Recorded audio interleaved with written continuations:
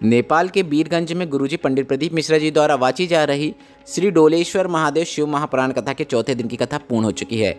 इस कथा में आपको डोलेश्वर महादेव, पशुपतिनाथ और केदारनाथ महादेव का वर्णन सुनने को मिलने वाला है। यह कथा 17 मई से 23 मई 2023 तक दोपहर के 2 बजे से 5 बजे तक आप आस्था चैनल पर और यूट्यूब पर देख सकते हैं। आज की कथा बहुत ही रोचक थी और बहुत ही अच्छे रोचक पत्रों से भरी हुई थी, जिसमें बड़ी बड़ी बीमारियों से कैसे मुक्ति प्राप्त की जाती है उसकी जानकारी हमको मिली है। साथ ही गुरुजी ने यह भी बताया है कि रुद्राक्ष वितरण शुरू हो गया है, पर इसके साथ गुरुजी ने यह भी जानकारी दे दी है कि रुद्राक्ष वितरण कब से बंद हो जाएगा, जिसकी जानकारी हम आपको इसी वीडियो के अंत में देने वाले हैं। साथ ही कल 21 मई है और 2 विशेष उपाय जो कि गुरुजी पंडित प्रदीप मिश्रा जी ने अपनी पिछली कथाओं में बताए हैं, जिसमें आप त्वचा रोग और बड़ी बीमारियों से कैसे मुक्ति प्राप्त कर सकते हैं, दोनों उपाय हम आपको इस वीडियो के अंत में करके दिखाने वाले हैं। आज की कथा में गुरुजी ने कुल 16 उपाय, पत्र और उपयोगी जानकारी दी है। सभी की जानकारी हम आपको इस वीडियो के माध्यम से दे देंगे। अगर आपने आज की कथा नहीं सुन पाई है तो पूरी कथा का रास्ता तो आपको इस छोटे से वीडियो से प्राप्त होने वाला है। कल हमने आपसे एक प्रश्न किया था कि 18 पुराणों में सबसे बड़ा पुराण कौन सा है, तो उसका सही उत्तर है सबसे बड़ा पुराण स्कंद पुराण है, क्योंकि स्कंद पुराण में श्लोकों की संख्या 81,000 है। और आज का प्रश्न यह है कि भोलेनाथ का जब आप पूजन करते हैं या फिर जल चढ़ाते हैं तो गुरुजी के अनुसार सबसे उचित दिशा कौन सी होनी चाहिए, मतलब आपका मुख किस दिशा की ओर होना चाहिए शिव पूजन करते समय या फिर शंकर भगवान को जल चढ़ाते समय। तो जिसके ऑप्शन इस प्रकार है: पूर्व, पश्चिम, उत्तर, दक्षिण।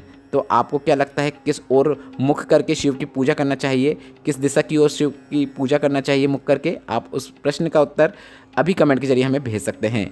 बढ़ते हैं आज की कथा की पहली जानकारी की ओर। यह वर्ष बहुत ही विशेष है, क्योंकि इस वर्ष सावन का पावन महीना जो भोलेनाथ को समर्पित रहता है, जिस माह में आप भोलेनाथ का पूजन करके शीघ्र फल प्राप्त कर लेते हैं, तो सावन का महीना इस वर्ष 2 माह तक रहने वाला है। इसकी जानकारी पहले भी गुरुजी ने दी है, तो उसी की हम आपको एग्जैक्ट डेट बता रहे हैं कि सावन का महीना कब से कब तक रहने वाला है। तो इस वर्ष सावन माह की शुरुआत 4 जुलाई 2023 से होगी, जिसका अंत 31 अगस्त 2023 को होगा। ऐसा योग 19 वर्षों बाद बना है, मतलब इससे पहले एक वर्ष में 2 सावन के महीने 19 वर्ष पहले थे। 19 वर्षों के बाद आपको ऐसा शुभ अवसर प्राप्त हो रहा है, तो आप इस आनंद की प्राप्ति के लिए तैयार हो जाएं। और हम भी सावन के महीने में जो गुरुजी ने 31 से ज़्यादा उपाय बताए हैं, सभी उपाय हम आपको वीडियो में करके जरूर दिखाएंगे। बढ़ते हैं आज की कथा की दूसरी जानकारी की ओर। आज गुरुजी ने एक विशेष जानकारी दी। गुरुजी ने कहा, जब हम भोलेनाथ के द्वार में जाते हैं, भगवान के पास जाते हैं, तो अपनी बात कहने के लिए हमें महादेव से उतनी ही बात कहना चाहिए जितनी ज़रूरी होती है। हमें व्यर्थ की बातें नहीं बोलना चाहिए। गुरुजी ने कहा, क्योंकि आप जब अपने देश से दूर रहते हैं तब आप अपनी बात एसटीडी के माध्यम से ही अपने घर तक पहुंचाते हैं, पर उस समय आप वही बातें बोलते हैं जो ज़रूरी होती है। एसटीडी से बात करते समय आप कभी भी व्यर्थ की बातें नहीं करते हैं। उसी प्रकार आप जब भी महादेव के मंदिर जाएं तो आप व्यर्थ की बातें बिल्कुल ना करें, आप वही बातें महादेव से करें जो आपके लिए ज़रूरी है। बढ़ते हैं आज की कथा की तीसरी जानकारी की ओर। अनामिका जी मुजफ्फरपुर बिहार से पत्र लेकर आए, जिसमें उन्होंने लिखा, गुरुजी मेरी शादी के 10 वर्ष हो गए थे, पर मुझे संतान का सुख नहीं था। हमने आसपास क्या दूर दूर के भी कई डॉक्टर को दिखाया, पर संतान सुख की प्राप्ति नहीं हुई। फिर हमारे पड़ोसी ने ही बताया कि टीवी में शिव महापुराण की कथा आती है, वह कथा सुनो। पंडित प्रदीप मिश्रा जी द्वारा यह कथा वाची जाती है, उसमें वे कुछ उपाय भी बताते हैं, तो वे उपाय करो। इसके बाद हमने आपकी कथा सुनना शुरू किया और आपके बताए अनुसार सफ़ेद आंकड़े की जड़ वाला उपाय किया, जिसमें तुमरुका जी का नाम लेते हुए सफ़ेद आंकड़े की जड़ को शिवलिंग के ऊपर से घुमाकर कमर में बांधना होता है। ओ बाबा की कृपा से मुझे 10 वर्षों के बाद संतान की प्राप्ति हुई है। मैं 3 माह के बच्चे को लेकर कथा पंडाल में आई हूँ, आभार व्यक्त करना चाहती हूँ। इसके बाद गुरुजी ने उस नन्हे से बच्चे को व्यासपीठ में बुलाकर उसे आशीर्वाद प्रदान किया। बढ़ते हैं आज की कथा की चौथी जानकारी की ओर। संगीता वर्मा जी बीरगंज से ही पत्र लेकर आई, जिसमें उन्होंने लिखा, बीरगंज की रहने वाली हूँ। पूरा जीवन निकल गया बीरगंज में रहते रहते, पर मैं कभी भी पशुपतिनाथ मंदिर नहीं जा पाई। इतने पास बाबा थे पर मैंने दर्शन नहीं किया, पर जब से मैंने टीवी में एक बार बदलते बदलते आपकी कथा सुन ली, और जब से मेरा बाबा के प्रति ऐसा लगाव बढ़ा, प्रेम बढ़ा, कि मैंने पशुपतिनाथ और डोलेश्वर महादेव ना जाने कितने बार दर्शन कर लिए हैं। और हमारा सौभाग्य है कि आपके द्वारा वाची जा रही शिव महापुराण कथा सुनने का मौका मिल रहा है। बढ़ते हैं आज की कथा की 5वीं जानकारी की ओर। गुरुजी ने कहा, बहुत अभिलाषा लेकर अगर कोई मर जाता है, मतलब वह जीवन में हर किसी के लिए कुछ करना चाहता है कि मैं इसके लिए ये करूँगा, उसके लिए वो करूँगा, सबके लिए सोचने वाला व्यक्ति अगर अचानक मर जाता है, उसे मृत्यु प्राप्त हो जाती है, तो वह जीवात्मा जिस कुल में रहता है उस कुल में अगर शिव महापुराण की कथा एक बार भी कर दी जाती है, करा दी जाती है, तो उस व्यक्ति को इस प्रकार से मृत्यु को प्राप्त किए हुए जीवात्मा को मुक्ति प्राप्त हो जाती है। उसे तर्पण की, पिंडदान की, तेलांजलि की भी आवश्यकता नहीं होती है। बढ़ते हैं आज की तक की 6वीं जानकारी की ओर। अंजलि जी कोलकाता हावड़ा से पत्र लेकर आई, जिसमें उन्होंने लिखा, अपनी माँ को मैं कथा सुनाने लाई हूँ। इनकी माँ कभी भी घर से बाहर नहीं निकलती थीं, हमेशा घर में रहती थीं, टीवी में ही कथा सुनती थीं। और टीवी में ही कथा सुनते सुनते उन्हें ऐसा मन हुआ कि कथा पंडाल में बैठकर कथा सुना जाए। तो उनकी बेटी ने उन्हें भारत के कोलकाता से नेपाल देश तक, दूसरे देश तक कथा सुनाने के लिए लाया है।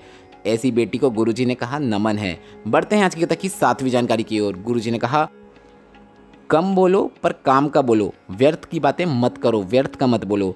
इसके बाद गुरुजी ने कहा कि क्योंकि आजकल के ज़माने के व्यक्ति व्यर्थ की बातें ही बोलने में लगे रहते हैं, उनको काम की बातें बिल्कुल भी नहीं आती हैं, काम की बातें करते ही नहीं हैं। जैसे वे बोलते हैं कि कितनी गर्मी पड़ रही है, अब गर्मी का मौसम है तो गर्मी तो पड़ेगी ही, पर वे इसी प्रकार की बातें करते रहते हैं। ऐसा बोलने से क्या मतलब होता है? आजकल ज़माना अच्छा नहीं चल रहा। इसके बाद गुरुजी ने कहा कि कौन सा ज़माना अच्छा था, और साथ ही गुरुजी ने यह भी कहा कि 2000 का नोट बंद हो गया है और तुम कब बंद हो जाओगे ये तुम्हें भी नहीं पता है। तो अपना समय व्यर्थ की बातों में ना करते हुए भगवान की भक्ति में लगाइए। बढ़ते हैं आज की कथा की 8वीं जानकारी की ओर। गुरुजी ने कहा, साधारण हो या वीआईपी हो, हर प्रकार के इंसान को अपने कर्मों का भोग भोगना ही पड़ता है, यह निश्चितता है। और जिसके भाग्य में जो दुख है, तकलीफ़ है, कष्ट है, उसे भोगना ही पड़ता है। दुनिया का या फिर अन्य कोई व्यक्ति उसका भोग नहीं भोग सकता, उसकी किस्मत का उसे ही भोगना पड़ता है। और उसके किस्मत में जितना दुख है, तकलीफ़ है, कष्ट है, उसे कोई भी दुनिया के व्यक्ति काट नहीं सकता। वह तो केवल भोलेनाथ की भक्ति से या फिर एक लोटा जल से काटा जा सकता है। बढ़ते हैं आज की कथा की 9वीं जानकारी की ओर। पुष्पा देवी जी बिहार से पत्र लेकर आए, जिसमें उन्होंने लिखा, एक लोटे जल का क्या महत्व होता है क्या बताएं। मेरे पति को डॉक्टर ने 1 महीने का ही समय दे दिया था और कहा था कि 1 महीने के ही मेहमान हैं। 4th स्टेज का कैंसर हो गया था, कुछ समझ में नहीं आ रहा था कि क्या करें क्या ना करें। हमारे पड़ोस में ही एक ने कहा कि टीवी में शिव महापुराण कथा आती है, वह कथा सुनना शुरू करो। और अब 4th स्टेज का कैंसर है तो 1 महीने कथा सुनते सुनते ही निकालो। इसके बाद हमने आपकी कथा सुनना शुरू किया। 1 लोटा जल रोज़ शिवलिंग पर चढ़ाना शुरू किया। और जिस दिन हमने कथा सुनी थी उसी दिन रात को 12 बजे जाकर शिवलिंग पर जल चढ़ा दिया और वह जल का आचमन करा दिया। फिर अगले दिन से 31 बेलपत्र चढ़ाती, शहद चढ़ाती और शहद इनको थोड़ा सा चटा देती। ऐसा क्रम बना लिया। इसके बाद घर में 4 लड़की और 1 बेटा था और पति की अवस्था ऐसी थी। पर सीहोर वाले महाराज की बात सुनी थी तो मैंने यह कह दिया था, अगर सारी समस्या का हल 1 लोटा जल है और सीहोर वाला महाराज कहता है कि सारी समस्या का हल 1 लोटा जल, और अगर मेरे पति ठीक नहीं हुए तो मैं कहूँगी कि सीहोर वाला महाराज भी झूठा है। इसके बाद बाबा की ऐसी कृपा हुई कि मेरे पति का 4th स्टेज का कैंसर ठीक हो गया है और मैं अभी पति के साथ ही कथा पंडाल पर आभार व्यक्त करने आई हूँ। इसके बाद उसके पति को गुरुजी ने कथा पंडाल में व्यासपीठ के पास बुलाकर उन्हें आशीर्वाद प्रदान किया। बढ़ते हैं आज की कथा की 10वीं जानकारी की ओर। आज गुरुजी ने एक बिल्कुल नया उपाय बताया है। गुरुजी से एक ने प्रश्न किया था कि हम काठमांडू जाना होता है तो रास्ते में बहुत पहाड़ियाँ रहती हैं, आड़े टेढ़े रास्ते रहते हैं, घुमावदार रास्ते रहते हैं, जिसके कारण वॉमिटिंग होती है, तो ऐसे में क्या करें। तो इस पर गुरुजी ने कहा, आप एक प्रयास करें, शिवलिंग पर चढ़ी हुई बेलपत्र को सफ़र में जाने से पहले वॉमिटिंग जो व्यक्ति को होती है उसे कुंदकेश्वर महादेव का नाम लेते हुए खिला देना है। इसके बाद बस आप निकल जाओ, जितना सफ़र करना है करो, उल्टी नहीं होगी, यह निश्चितता है। गुरुजी का यह विशेष उपाय है, एक बार करने का जरूर प्रयास करें। बढ़ते हैं आज की कथा की 11वीं जानकारी की ओर। गुरुजी ने रुद्राक्ष वितरण की जानकारी देते हुए बताया कि जब से डोलेश्वर शिव महापुराण कथा शुरू हुई है उस दिन मासिक शिवरात्रि का पावन दिन भी था और हमने सीहोर कोबरेश्वर धाम में उसी दिन से 17 मई से ही रुद्राक्ष वितरण को शुरू कर दिया है। और यह रुद्राक्ष वितरण सुबह 10 बजे से लेकर शाम के 5 बजे तक निरंतर चलता रहेगा। यह रुद्राक्ष आप कैंसर, बीपी, थायराइड, शुगर और अन्य कई बड़ी बीमारियों में आप इसका उपयोग कर सकते हैं। इसके बाद गुरुजी ने कहा कि यह रुद्राक्ष वितरण 17 मई 2023 से शुरू हुआ है और इस रुद्राक्ष वितरण को अगले वर्ष 17 मई 2024 तक निरंतर जारी रखा जाएगा। अर्थात गुरुजी ने यहाँ पर सभी को बता दिया है कि रुद्राक्ष वितरण कब से कब तक होगा। 17 मई से शुरू हुआ है और 1 वर्ष तक होगा, 17 मई 2024 तक यह निरंतर होता रहेगा। इसका मतलब यह है कि आप इस बीच में जाकर सीहोर में जाकर कोबरेश्वर धाम में जाकर एक रुद्राक्ष प्राप्त कर सकते हैं। यह रुद्राक्ष बिल्कुल फ्री है, इसके लिए आपको कोई भी पैसा नहीं देना है। अब आपको कितनी खुशी हुई है रुद्राक्ष वितरण की खबर सुनकर? अगर आपको खुशी हुई है, आनंद की प्राप्ति हुई है, तो आप अपने आनंद को, अपनी खुशी को कमेंट बॉक्स में हर हर महादेव टाइप करके व्यक्त कर सकते हैं। बढ़ते हैं आज की कथा की 12वीं जानकारी की ओर। गुरुजी ने कहा, आप जब भी सीहोर कोबरेश्वर धाम में रुद्राक्ष लेने जाओगे तो आपको एक प्रयास करना है। सीहोर कोबरेश्वर धाम की धरा में बैठकर आपको 108 बार श्री शिवाय नमस्तुभ्यम मंत्र का जाप करते हुए अपनी बात भोलेनाथ से बोल देना है। इसके बाद आप अब जब भी घर जाओगे तो अपना बैग साइड में रख देना, क्योंकि 3 महीने के अंदर ही आपकी मनोकामना निश्चित पूर्ण होगी और बाबा कुबेर भंडारी आपको 3 महीने के अंदर ही कुबरेश्वर धाम की धरा में वापस बुला लेंगे, यह निश्चितता है। बढ़ते हैं आज की कथा की 13वीं जानकारी की ओर। गुरुजी ने कहा, हम पूरी की दुनिया के लोगों से जो पशुपतिनाथ मंदिर में दर्शन करने आते हैं उनसे एक बात कहना चाहेंगे कि वे जब भी पशुपतिनाथ महादेव के दर्शन करने के लिए आएँ तो वे साथ साथ डोलेश्वर महादेव का भी जरूर दर्शन करें, तभी आपको अपने जीवन का सुख प्राप्त हो सकता है। गुरुजी ने यहाँ तक कह दिया था कि यह कथा जो बीरगंज में हो रही है, हम चाहते थे कि यह कथा डोलेश्वर महादेव की पावन धरा में हो जाए। यहाँ गुरुजी डोलेश्वर महादेव के दर्शन का महत्व की जानकारी दे रहे हैं। बढ़ते हैं आज की कथा की 14वीं जानकारी की ओर। गुरुजी ने बताया, 26 मई को राजस्थान के झालावाड़ में एक दिन की शिव चर्चा का आयोजन किया जा रहा है, तो आसपास के शिव भक्त इस शिव चर्चा का आनंद प्राप्त करने के लिए झालावाड़ 26 मई को आ सकते हैं। और अगली जो कथा होने वाली है वह 1 से 7 जून तक महाराष्ट्र के औरंगाबाद में होने वाली है। इस कथा का नाम सत्यम शिवम सुंदरम कथा बताया गुरुजी ने। बढ़ते हैं आज की कथा की 15वीं जानकारी की ओर। कल 21 मई है और दिन रविवार का है, तो ऐसे में आपको रविवार सोमवार वाला एक विशेष उपाय करना है। आपको एक तांबे के जल कलश में जल भर लेना है और अपने ही घर से सूर्य भगवान को सुबह अर्घ्य देना है। आप सुबह अर्घ्य 9 बजे के पहले दे दें, ऐसा प्रयास करें। अर्घ्य देते समय आप ओम सूर्याय नमः, ओम सूर्याय नमः ऐसे मंत्र का जाप करें। इसके बाद इस कलश को आपको धोना नहीं है, इस कलश को आप कहीं ऐसे ही रख दें सुरक्षित जगह में, क्योंकि इस कलश का आपको अगले दिन उपयोग करना है। अगला दिन जो होगा वह सोमवार का होगा, तो आपको इस कलश में फिर से जल भर लेना है और शंकर भगवान के मंदिर में जाकर शिवलिंग पर आपको शूल टंकेश्वर महादेव का नाम लेते हुए यह जल अर्पित कर देना है।